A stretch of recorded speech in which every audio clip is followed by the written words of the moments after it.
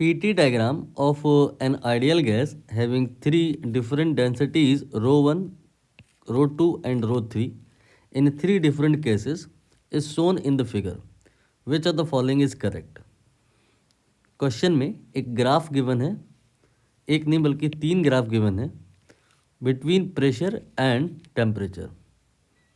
तो यहाँ पर ये जो ग्राफ है तीन अलग अलग गैसेस हैं जिनकी densities rho 1 and rho 2 and rho 3 हैं और सारे के लिए जो ग्राफ है वो प्रेशर और टेम्परेचर के बीच में है। कंपेयर करना है कि यहाँ पे कौन वाली गैस जो है उसकी डेंसिटी ज़्यादा है, कौन वाले की कम है। कैसे होगा? आइडियल गैस इक्वेशन याद आ गई होगी अब तक, क्योंकि बात आइडियल गैस की हो रही है। अब यहाँ पे P है और T है, यहाँ पे भी P है और T है, बट ये जो डेंसिटी का टर्म यहाँ आप देख रहे हो वो इस इक्वेशन में कहीं नहीं है। तो इसका मतलब हमें इस इक्वेशन को रीअरेंज करना होगा कुछ इस हिसाब से कि डेंसिटी आ जाए। तो डेंसिटी जो आप होता है क्या होता है? Mass by volume. तो यहाँ से वॉल्यूम निकाल सकते हैं आप। क्यों निकालें हम वॉल्यूम को?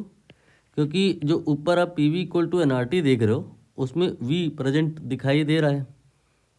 तो V की वैल्यू हम यहाँ से निकाल ले रहे हैं, m/ρ आएगी और इसे यहाँ रख देंगे। तो ये आ जाएगा P, देन V की जगह रख रहा हूँ मैं m/ρ एंड n ये है नंबर ऑफ मोल्स।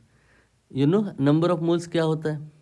कोई जो अगर गैस है उसका मास हमें पता है और उसमें हम मॉलिक्यूलर वेट डिवाइड कर दें तो नंबर ऑफ मोल्स आ जाता है। अब आप यहाँ पर देखिए m कैंसिल हो जाएगा। जो रिज़ल्ट आएगा वो बहुत आसान है, आपको ऑलरेडी पता था लेकिन कभी आपने नोटिस नहीं किया होगा इतने ध्यान से। यहाँ पे स्पीड ऑफ साउंड आपने पढ़ा होगा, क्या होता है वो?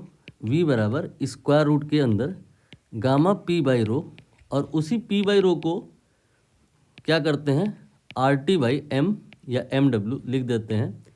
इससे ये साबित होता है कि ये जो P/ρ है ये RT/mW के बराबर होगा। तो ये भी आइडियल गैस का ही एक फॉर्मेट है।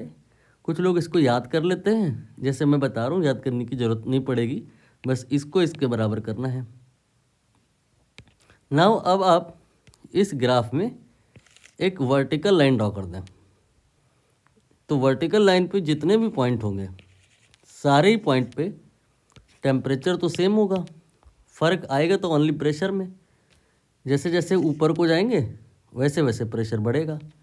जैसे यहाँ पर अगर हम P1 कहें, यहाँ पे P2 कहें और यहाँ पे P3 कहें तो क्या पैटर्न बनेगा?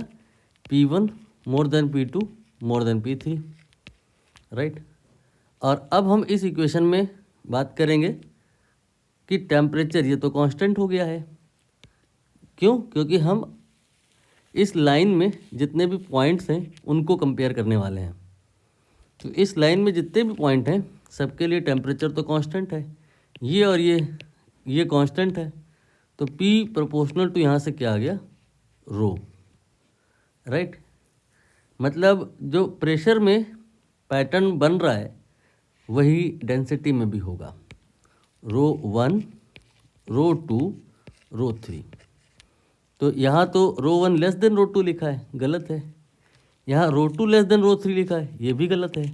यहाँ सारे बराबर कर दिए हैं, ये भी गलत है। लास्ट ऑप्शन जहाँ रो 1 मोर देन रो 2 लिखा है, यही ऑप्शन सही है।